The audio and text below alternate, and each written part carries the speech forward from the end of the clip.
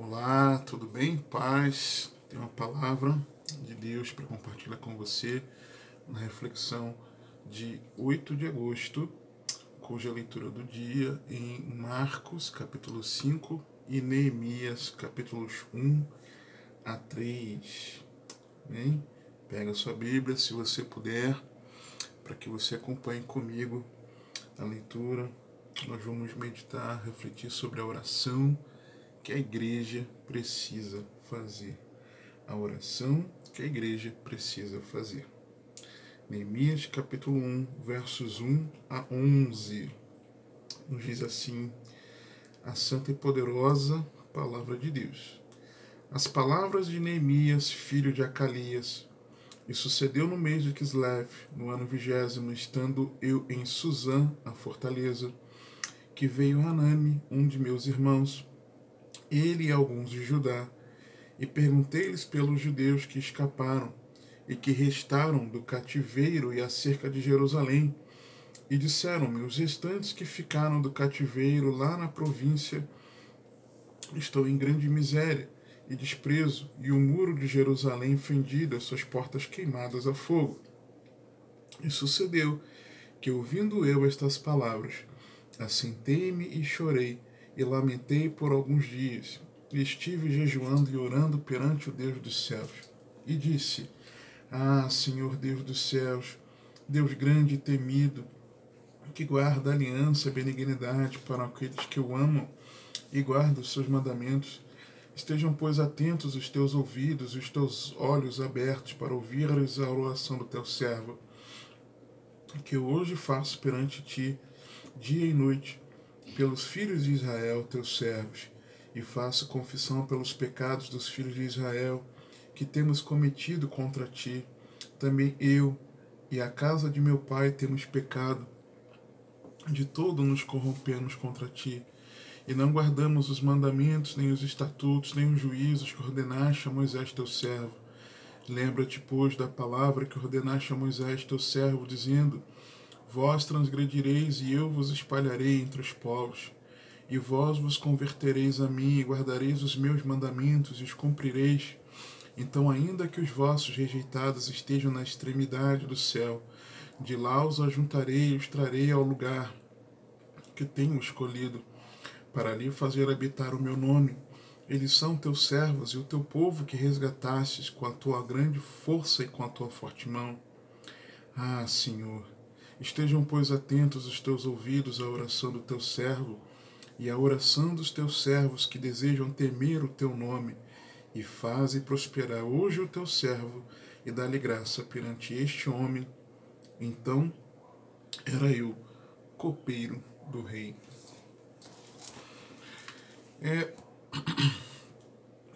Comentei já em alguma reflexão recente, em Esdras, de que o livro de Neemias ele trata da história civil e da reconstrução dos muros e da cidade, com acontecimentos a partir do terceiro retorno do cativeiro babilônico no reinado de Artaxerxes. Tá? Com o livro de Esdras, Neemias, os dois livros juntos, eles tratam de um dos mais importantes eventos na história de Israel. Que evento é esse? O retorno do cativeiro depois de 70 anos. Profetizado, lembrado por Daniel, consultando a palavra e colocado em oração, e liberação assinada, decretada por Ciro. E aí, dentro desse entendimento, é o que ele está começando a pontuar aqui nos versos 1 e 2 que nós lemos. No verso 3, quando ele ouve o relato, e eu leio esse relato aqui no verso 3, e disseram-me: os restantes que ficaram em cativeiro lá na província estão em grande miséria e desprezo, e o muro de Jerusalém fendido e as suas portas queimadas a fogo. Quando eu leio isso aqui, não tem como não associar o que tem acontecido à igreja. Olhando para esse relato, nós enxergamos um retrato do que tem acontecido com a igreja. E nós precisamos ser sinceros em reconhecer o terrível estado em que estamos, sabe? É claro, existe o remanescente? Existe. Existem os fiéis? Existem. Mas naqueles que se chamam, que nos chamamos de servos de Deus, de discípulos de Cristo, no meio ali dos verdadeiros discípulos de Cristo, tem muita coisa que precisa mudar.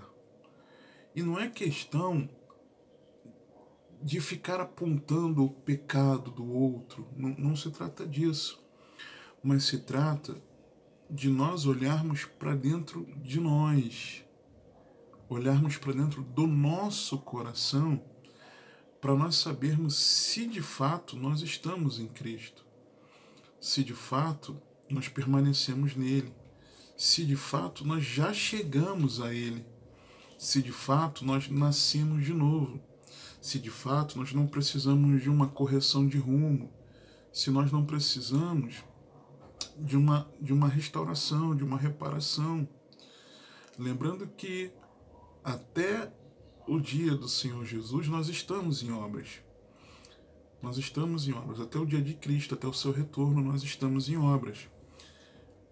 Se trata disso. O problema é quando nós queremos fechar os olhos e não nos atentarmos a essa realidade. Miséria espiritual, desprezo, igreja sendo aí achincalhada, brechas que existem, N brechas, e princípios pelos quais nós devemos passar nessa caminhada, e aqui o texto mostra as portas, estão destruídos. Por exemplo, nós olhamos no capítulo 3, eu não vou ler porque não se trata de pontuar, examinar cada uma das portas, mas eu quero comentar, por exemplo, no capítulo 3, no verso 1, fala da porta das ovelhas, sendo reparada, restaurada, ou porta do gado, dependendo das versões. Era o local de acesso do gado, das ovelhas. E não tem como a gente não pensar no Senhor Jesus, que declarou que é o bom pastor e a porta das ovelhas. E nos fica claro ali no texto de João 10, de que quem não entra por Jesus, a porta das ovelhas, não será salvo. Então, é claro que isso nos mostra, para mim, sempre com esse olhar de que o Antigo Testamento, além de ser um componente na revelação do Cristo que seria manifestado, que viria à Terra, eu vejo também como ensinos para aplicação na nossa caminhada de fé, como o próprio Novo Testamento afirma isso. 1 Coríntios 10, Romanos capítulo 15, claramente nós vemos isso. São sombras, são figuras de realidade, figuras concretas de realidades espirituais na nova aliança. A Bíblia diz isso, nos ensina isso em Hebreus também. Então, eu vejo dessa forma.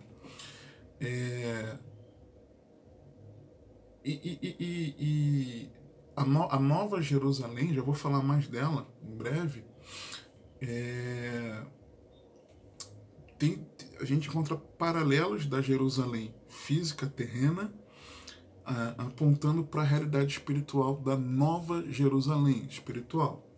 Então, assim como a edificação dos muros de Jerusalém começaram pela reparação da porta das ovelhas, assim a Nova Jerusalém começou a ser edificada exatamente por aquele que é a porta das ovelhas, Cristo Jesus, tá? Da mesma forma, Outra porta que o texto fala, no versículo 3, fala da porta do peixe. Ali havia um mercado de peixe. Além dos negócios para a cidade, também a hora trataria do alimento. E o peixe é o símbolo, o primeiro símbolo do cristão era o peixe. E lembrando que o Senhor Jesus disse que, chamando os pescadores para seus discípulos, disse que eles seriam pescadores de homens. Então não apenas eu vejo que a partir do nosso início, passando pela cruz, por Cristo Jesus, e muitos se achegam e não se achegam por Cristo. Primeira coisa. Segundo, não são verdadeiros peixes, verdadeiros discípulos de Cristo e não se importam em serem pescadores de homens. Desprezam o serviço, a tarefa da evangelização, desprezam a grande comissão que nós temos de fazer discípulos. Depois, o verso 6 do capítulo 3 fala da porta velha. A porta velha pode nos lembrar, sim, de algo desde os tempos antigos, desde a eternidade, lembrando que o Senhor é eterno. Mas se é uma porta pela qual as pessoas passariam, me faz lembrar das veredas antigas, velhas, que nós, como igreja, temos desprezado. Nós temos desprezado o caminho pelo qual a igreja andava antigamente. Estamos em busca de novidade. A igreja precisa voltar a passar por essa porta velha, antiga, que para muitos é ultrapassada, mas não é. O padrão bíblico não é ultrapassado. Nós precisamos reparar essa porta. Uma outra, versículo 13 fala da porta do vale. Muitas vezes nós nos recusamos a passar pelos vales. Nós não compreendemos que, apesar da grande alegria de termos a Jesus, o sofrimento faz parte da vida do cristão e nós não queremos passar pelos vales. Falta um pouco de humildade, aliás, muita humildade em nós, achando que nós temos que parar de sofrer. É até o fim dessa vida, o sofrimento faz parte. São só momentos de sofrimento? Claro que não. Mas também há o sofrimento. Não tem o que fazer, sabe? E nós precisamos voltar a passar por essa porta. Uma outra porta, no verso 14, fala da porta do monturo. Era para onde se colocava o lixo, né, na cidade. Levavam o lixo para fora da cidade. Então vejo que aponta para a limpeza que precisamos fazer na nossa vida. Colocar para fora as velhas atitudes, o velho homem, a velha natureza, as atitudes da velha natureza, a imundícia, o pecado, lançarmos fora. Depois, no verso 15, fala da porta da fonte, outra porta restaurada. A fonte nos lembra do Espírito Santo. Como Jesus fala lá em João, nós vemos que claramente a fonte aponta para o Espírito Santo. Nós precisamos passar por essa fonte da plenitude do Espírito, de sermos cheios do Espírito, de sermos guiados pelo Espírito, de não resistirmos ao confronto do Espírito, não extinguirmos o Espírito, não entristecermos o Espírito, porque Ele é a fonte. Em seguida, nós vemos a porta das águas, no verso 26, e é interessante que essa porta não diz que ela é restaurada. Dá a entender, para mim, pelo menos, que é a única porta que não foi queimada. Porta das águas, que nunca foi queimada, mas permaneceu, apesar das circunstâncias. E lembrando que, em vários momentos, a palavra de Deus nos mostra que ela, a palavra, são as águas. Então, nos dá a entender, me dá a entender, que essa porta está apontando para a realidade espiritual da palavra de Deus, que não foi destruída, que permaneceu. E é uma porta pela qual nós, como igreja, precisamos passar. como muitos de nós temos desprezado passar pela palavra, não quero focar isso aqui agora. Você me ouve falar isso bastante. Uma outra porta é a porta dos cavalos, no verso 28. A porta dos cavalos era uma porta de saída e entrada dos cavalos. Para que os cavalos saíam e entravam? Ida para a guerra e o retorno da guerra. No retorno, ou em grande vitória, ou em derrota. Isso nos lembra que a caminhada cristã é uma vida de constante batalha espiritual. Nós estamos em guerra. E a grande notícia é que em Cristo nós já temos a vitória. Essa que é a questão. Mas não podemos nos eximir da guerra, da batalha. Precisamos passar pela porta dos cavalos. Uma porta seguinte, no versículo 29, fala da porta oriental. A porta oriental, nós vamos chegar à meditação em Ezequiel, tentando ver aqui quando que seria, quando que será.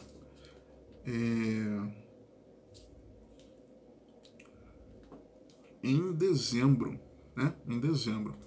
Nós vamos ver algumas visões que Ezequiel teve, algumas experiências sobrenaturais, de que a glória do Senhor, essa porta oriental era a porta que ficava próxima ao templo. E nas visões de Ezequiel, nós vamos ver que a glória do Senhor, ela vinha da porta oriental, exatamente dessa porta. Me lembrei agora, mas eu não tenho certeza se tem profecias dali de que o Senhor ali aparecerá na porta oriental. Mas fato é que provavelmente quando Jesus ele entra na entrada triunfal, o indício é de que quando ele entra exatamente por essa porta. Por exemplo, de na sua volta, onde ele estará, de onde fluirá da sua glória. Um outro texto em Lucas, na profecia sobre na exaltação, né, sobre a salvação que estava vindo em Cristo, em Jesus, ali recém-nascido, fala da visitação do Oriente do Alto, nos lembra isso. Um outro texto, Jesus no sermão escatológico dizendo que, Jesus falando que a vinda do Filho do Homem será como o relâmpago que se mostra do Oriente, se mostra no Ocidente. Então pensar na porta oriental nos aponta a nós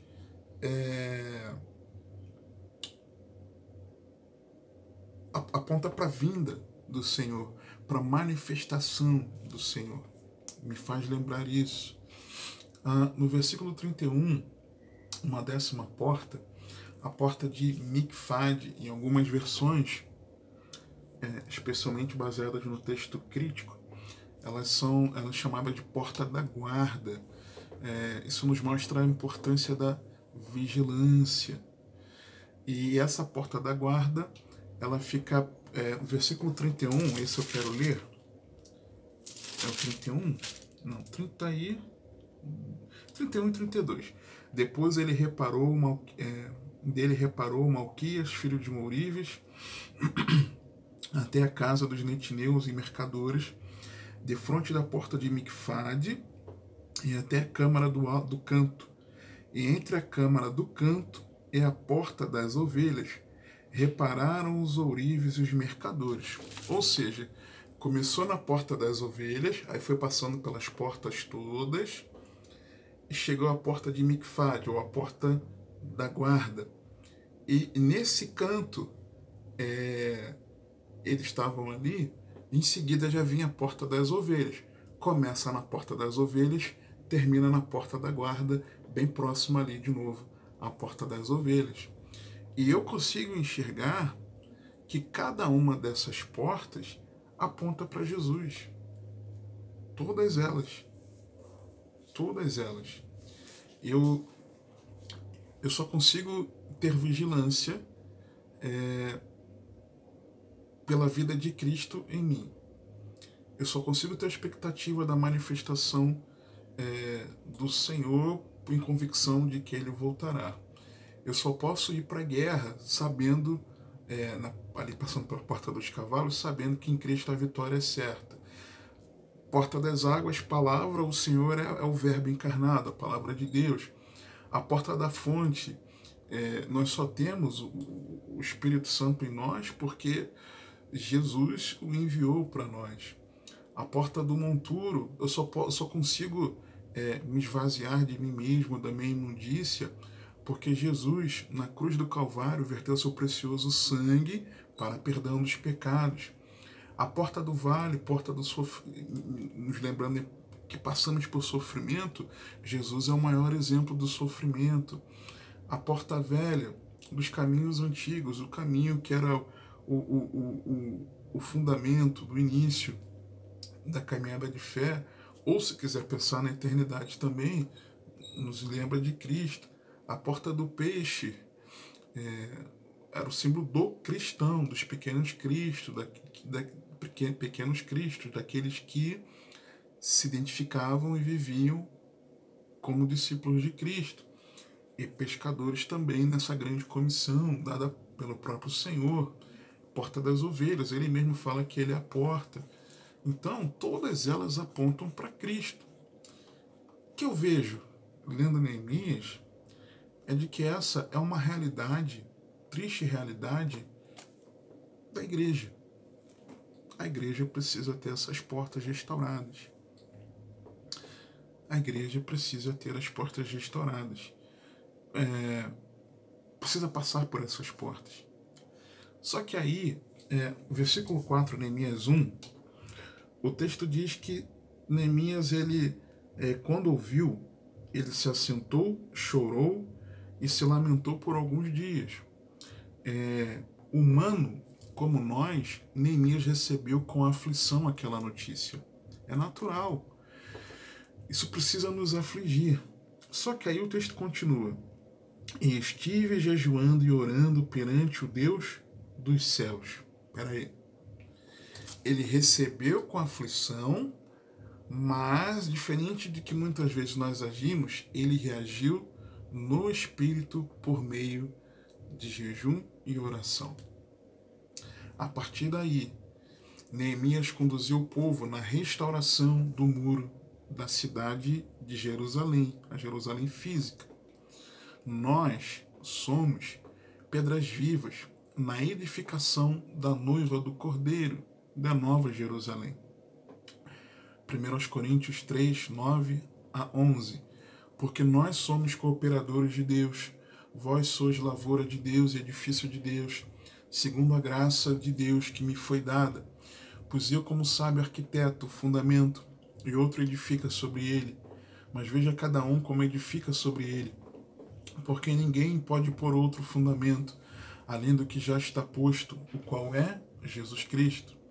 Não sabeis vós que sois o templo de Deus, e que o Espírito de Deus habita em vós? Se alguém destruir o templo de Deus, Deus o destruirá, porque o templo de Deus que sois vós é santo. Segundo aos Coríntios 6,16. E que consenso tem o templo de Deus com os ídolos? Porque vós sois o templo do Deus vivente. Como Deus disse, neles habitarei e entre eles andarei, e eu serei o seu Deus e eles serão o meu povo. Efésios 2, 19 a 22. Assim que já não sois estrangeiros, nem forasteiros, mas concidadãos dos santos e da família de Deus, edificados sobre o fundamento dos apóstolos e dos profetas, de que Jesus Cristo é a principal pedra da esquina, no qual todo edifício bem ajustado cresce para templo santo no Senhor, no qual também vós juntamente sois edificados para a morada de Deus em espírito. 1 Pedro 2, 4 a 8. E chegando-vos para ele pedra viva, reprovada na verdade, pelos homens, mas para com Deus eleita e preciosa, vós também, como pedras vivas, sois edificados casa espiritual e sacerdócio santo, para oferecer sacrifícios espirituais agradáveis a Deus, por Jesus Cristo. Por isso também Na Escritura se contém: eis que ponho em Sião a pedra principal da esquina, eleita e preciosa, e quem nela crer não será confundido. E assim para vós, os que credes, é preciosa, mas para os rebeldes, a pedra que os edificadores reprovaram, essa foi a principal da esquina, e uma pedra de tropeço e rocha de escândalo, para aqueles que tropeçam na palavra, sendo desobedientes para o que também foram destinados. E por que eu li todos esses versos, esses textos, as referências, nas cartas aos Coríntios, 1 Pedro, Efésios? Por quê? Por causa de Apocalipse, presta atenção. Apocalipse 21, versos 1 a 3. E vi um novo céu e uma nova terra, porque já o primeiro céu e a primeira terra passaram, e o mar já não existe. E eu, João, vi a santa cidade, a nova Jerusalém, que de Deus descia do céu, adereçada como uma noiva ataviada para o seu noivo. E ouvi uma grande voz do céu que dizia: eis aqui o tabernáculo de Deus com os homens, pois com eles habitará, e eles serão o seu povo, e o mesmo Deus estará com eles e será o seu Deus. A semelhança aqui do Senhor falando que habita na igreja, ok? Seu tabernáculo. Aí depois, Apocalipse 10 a 14. E levou-me em espírito ao grande e alto monte, e mostrou-me a grande cidade, a santa Jerusalém, que de Deus descia do céu. E tinha a glória de Deus, e a sua luz era semelhante a uma pedra preciosíssima, como a pedra de jaspe, como o cristal resplandecente, e tinha um grande e alto muro com 12 portas. Só um parênteses aqui. Há quem entenda que no versículo de Neemias 3:25, quando fala: Palau, filho de Uzá, reparou defronte da esquina e a torre que sai da casa real superior, que está junto ao pátio da prisão, depois dele Pedaías, filho de Parós, que essa seria uma outra porta ali junto ao pátio da prisão. Fica implícito também, ok? Fica implícito. E no capítulo 8, se eu não me engano, fala da porta de Benjamim. Então dá a entender que existiam ali 12 portas, tá? Referenciadas em Neemias. Mas voltando aqui para Apocalipse. E nas portas 12 anjos e nomes escritos sobre elas, que são os nomes das 12 tribos dos filhos de Israel. Do lado do levante tinha 3 portas, do lado do norte 3 portas, do lado do sul 3 portas, do lado do poente 3 portas, e o muro da cidade tinha 12 fundamentos, e neles os nomes dos 12 apóstolos do Cordeiro. Então, se a Nova Jerusalém tem seus muros e suas portas, será que a Jerusalém terrena, física, ela não tem, e os seus muros não apontam para a realidade espiritual da igreja? Para mim, certamente que sim. Claro que sim. Claro que sim. Neemias, dos versos 1 a 8 aqui do capítulo 2, nós vemos que ele obtém o favor do rei. Ele está com uma tristeza muito profunda. O rei, ele era copeiro do rei, era aquele que provava da bebida do rei, para que o rei não, se tivesse algum problema ali na bebida, o rei não sofresse dano. Então ele estava constantemente com o rei, uma função de confiança, e ele nunca havia se mostrado triste daquela forma ao rei. O rei percebe, entendemos que correndo até risco de vida, de estar ali triste daquele jeito. E o rei pergunta para ele, ele diz o porquê, explica o porquê. Então o rei fala com ele: olha, então o que você quer que eu te ajude? E ele fala o que precisava, e o rei concede, favorece. Só que aí nos versos 17 e 18, do mesmo capítulo 2, nós vemos que, primeiro, ele passa ali perto de 3 dias só observando, sem dizer nada, e depois de um tempo ele revela ao povo o que ele estava fazendo ali. Versículos 17 e 18, e conclamando o povo para essa restauração. E o povo ali abraça a ideia.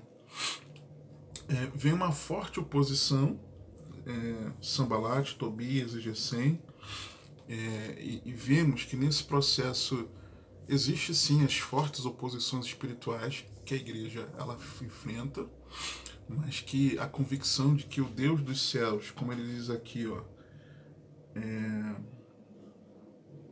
verso 20, então lhes respondi e disse: o Deus dos céus é o que nos fará prosperar, e nós, seus servos, nos levantaremos e edificaremos. Mas vós não tendes parte, nem justiça, nem memória em Jerusalém. Nós precisamos ter essa convicção, tá? Mas aí a questão é, como tudo começou? Como começou a obra de restauração? Com a oração. Começou com a oração. A oração que a igreja precisa fazer.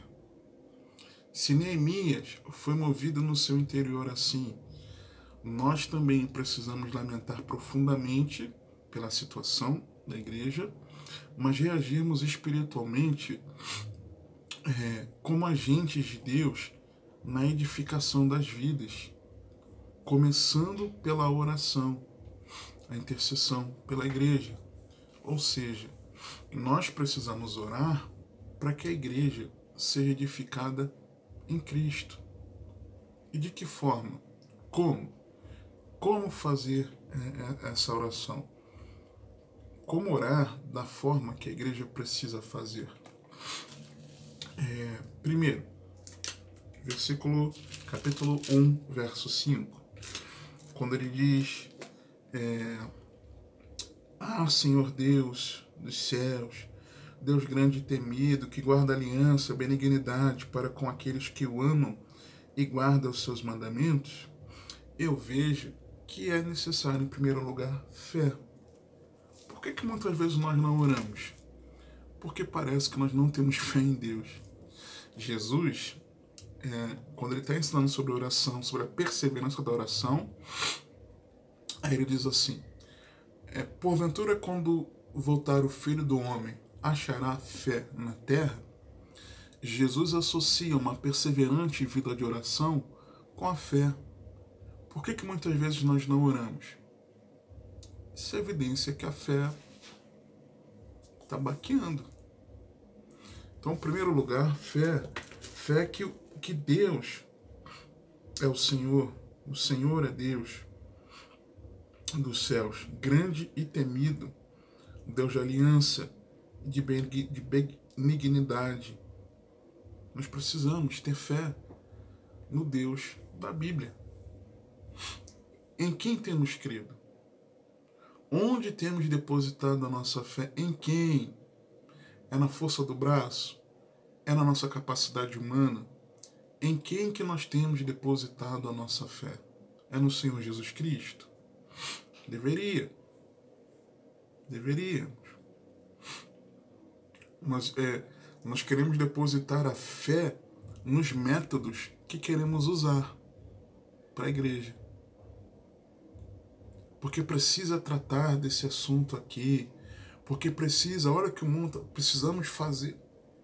E às vezes parece que está faltando fé no Deus da Bíblia. Segundo, eu vejo que a humildade, na parte A do verso 6, quando diz: estejam, pois, atentos os teus ouvidos e os teus olhos abertos, para ouvires a oração do teu servo. É necessário humildade, de clamar ao Senhor, de suplicar a Ele, para que os seus ouvidos estejam atentos, seus olhos estejam abertos, voltados para nós, como seus servos. Ele é o Senhor. Só que muitas vezes nós não nos colocamos em oração com humildade.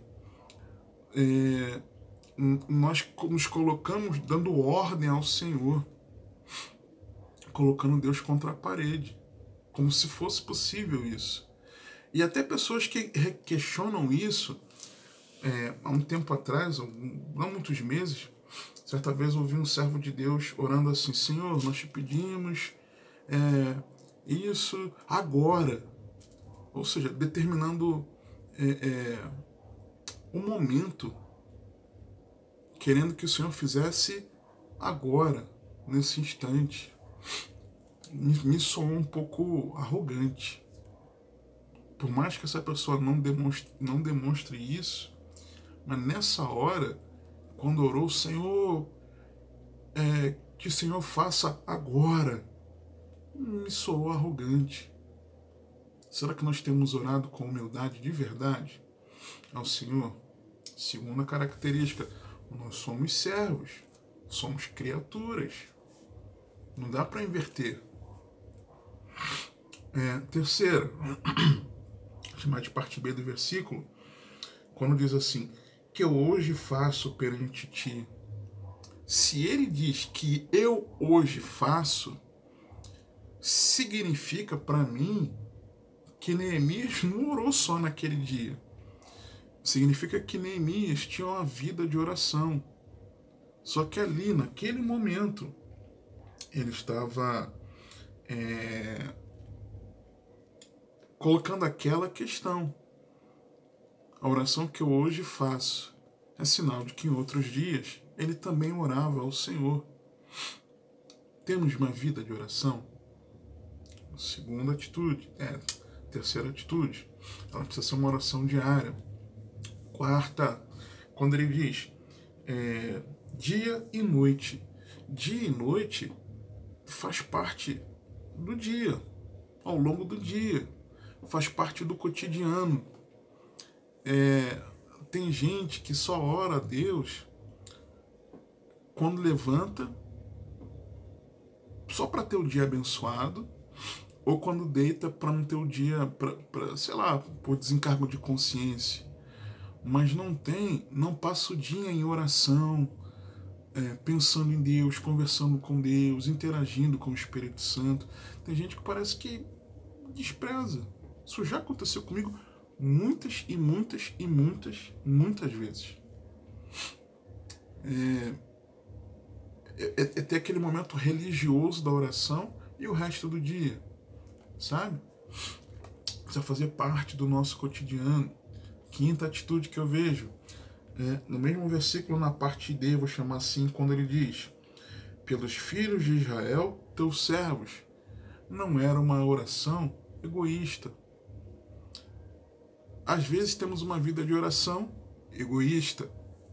Lembra de Jesus ensinando? Pai nosso, pão nosso. Coletivo. Nós não somos ilhas, ok? Então é necessária uma oração sem egoísmo. Uma sexta atitude que eu vejo no mesmo verso, na parte E, quando ele diz assim: e faço confissão pelos pecados dos filhos de Israel. Tem gente que ora, não ora de forma egoísta, intercede pelos irmãos, intercede pelas pessoas, mas nós não focamos o problema. Quer ver um exemplo? Você pode ver, a pessoa pede oração pra gente. Vou dizer um incrédulo, até um incrédulo. O incrédulo pede oração pra gente. A gente muitas vezes quer orar pela pessoa e ora para que Deus manifeste o poder naquela vida e a pessoa veja que Deus é real e ela possa abrir o coração para o Senhor. Mas nós não oramos pelo principal, é de que essa pessoa se arrependa dos seus pecados. No meio da igreja, nós oramos para que Deus abençoe a igreja, que Deus cure os irmãos, que Deus abra portas, restaure a família, e etc, etc, etc, as necessidades que temos aqui. Mas você costuma orar para que os irmãos se arrependam dos pecados? Para que a igreja no Brasil se arrependa dos seus pecados? Que os líderes, que os que estão com a responsabilidade de conduzir o povo de Deus se arrependam dos seus pecados? Você ora por isso? Possivelmente, eu muitas vezes não. Deixei de orar por isso. Falo por mim. Imagino que muitos também. Vamos jejuar pelo Brasil, vamos orar pelo Brasil para que Deus mude a sorte do Brasil, do nosso povo aqui no Brasil. Vamos levantar uma campanha de oração, intercessão pelo Brasil. Vamos mover. Recentemente até a esposa do presidente da República tem se movido assim, né, de intercessão pelo Brasil e tal. O Brasil é do Senhor. Movimentos de intercessão, de oração, conferências, congressos. Outro dia, uma querida irmã ficou mandando para mim, já tem uns anos, né? Poucos anos, uns 4 anos talvez, uma campanha de oração pelo Brasil e tal, não sei o quê. Aí, os motivos de oração, eu falei, vem cá, e cadê orar pelo arrependimento de pecados? Não tinha. Nós erramos o foco, não priorizamos isso. Outro motivo, versículo 6 ainda na parte F, quando diz assim, que temos cometido contra ti também, eu e a casa de meu pai temos pecado. Não é que ora para que os outros se arrependam apenas, mas ora para que ele mesmo se arrependa. Você não pode orar, tá vendo? Eles têm que se arrepender. Nós também. Eu também. Você também. Nós erramos individualmente e o pecado do outro acaba recaindo como nosso, sendo da igreja. Não podemos nos exaltar sobre os outros. 8ª atitude que eu vejo aqui na oração, do versículo 7. De todo nos corrompemos contra ti, não guardamos os mandamentos, nem os estatutos, nem os juízos que ordenaste a Moisés teu servo. É de não dar para buscar justificativa. Tem gente que quer justificar seu erro. Foi por causa disso que eu tenho agido assim. Esquece. Errou, pecou, se arrepende, numa vergonha radical e vamos em frente, ok? 8º, 9º, aliás, né? Versículo 8. Lembra-te, pois, da palavra que ordenaste a Moisés, teu servo, dizendo, ou seja, uma oração com base na palavra. Depois, 10º lugar, versículos 9 e 10. E vós vos convertereis a mim, guardareis os meus mandamentos, os cumprireis. E o versículo 10. Eles são teus servos, o teu povo que resgataste com a tua grande força, com a tua forte mão, ou seja, nos lembrando da confiança que devemos ter na misericórdia de Deus. Não é nos nossos méritos, mas na misericórdia de Deus. Versículo 11, na parte A.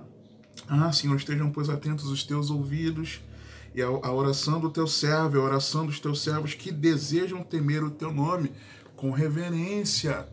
Nós não temos reverência para orarmos ao Senhor. E em último lugar, 12º, na parte B. E faze prosperar hoje o teu servo e dá-lhe graça perante este homem. Ou seja, com foco na missão de edificarmos a igreja. Nós precisamos fazer essa oração, a oração que a igreja precisa fazer. Que o Senhor te abençoe, te guarde, que Ele te conduza e governe a sua vida, porque você tem acesso.